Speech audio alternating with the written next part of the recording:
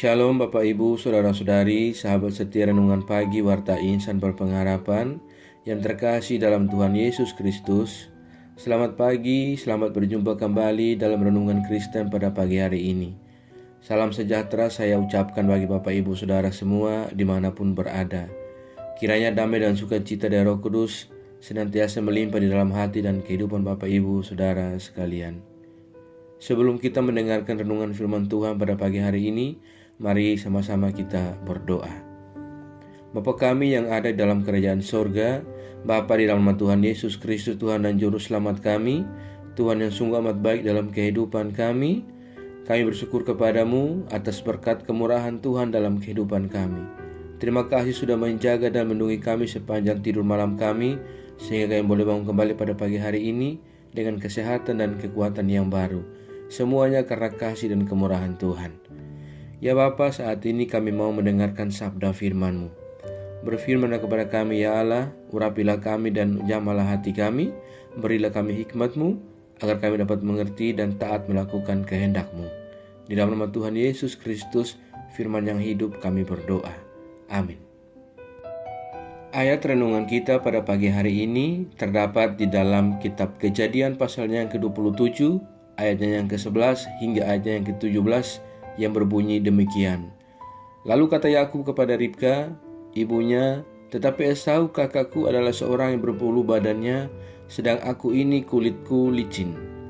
Mungkin ayahku akan meraba aku, maka nanti ia akan menyangka bahwa aku mau memperolok-olokkan dia.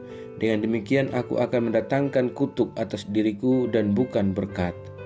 Tetapi ibunya berkata kepadanya, akulah yang menanggung kutuk itu anakku. Dengarkan saja perkataanku, pergilah ambillah kambing-kambing itu. Lalu ia pergi mengambil kambing-kambing itu dan membawanya kepada ibunya.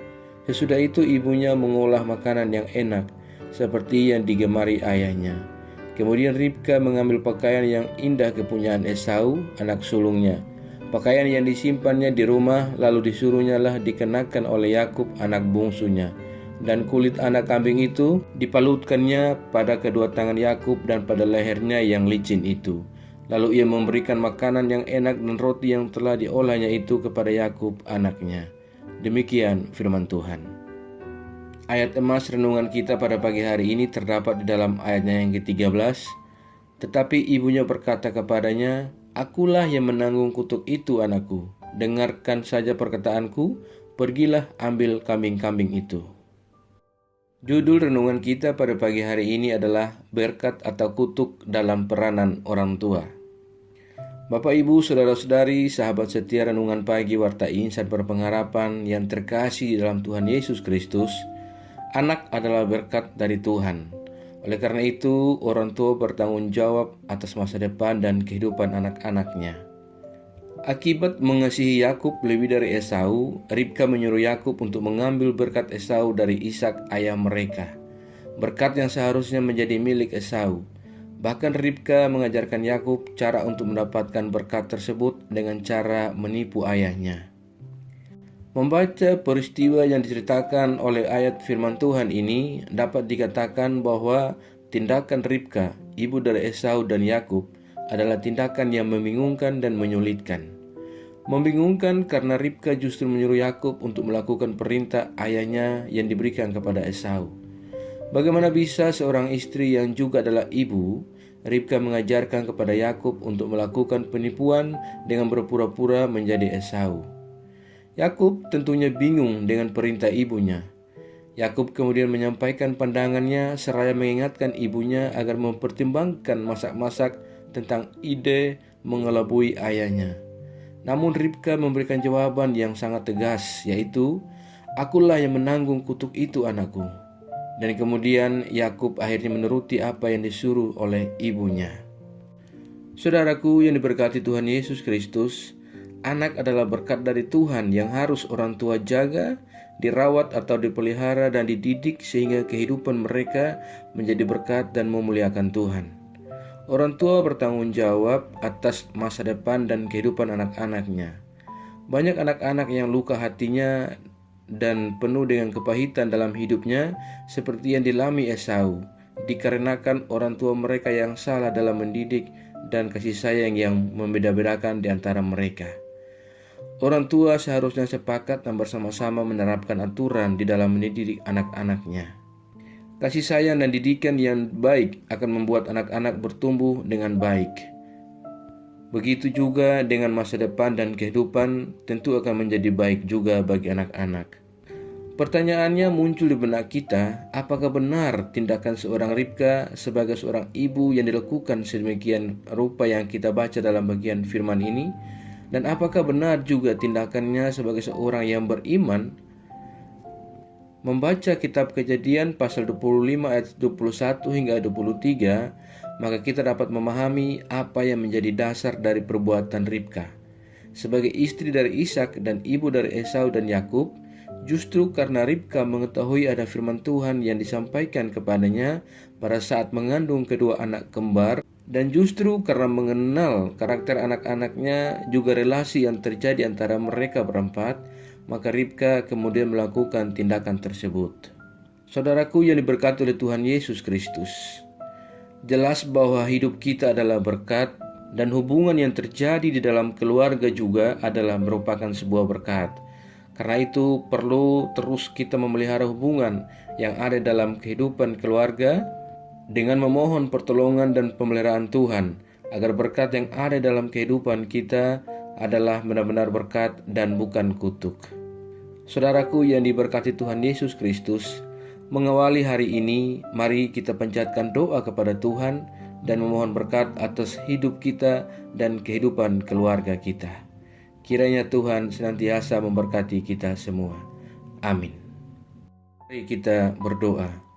Bapa Surgawi, Bapa di dalam Tuhan Yesus Kristus, Tuhan dan Juru Selamat kami, kembali kami mengucap syukur kepadamu atas firman Tuhan yang sudah kami renungkan bersama-sama pada kesempatan ini.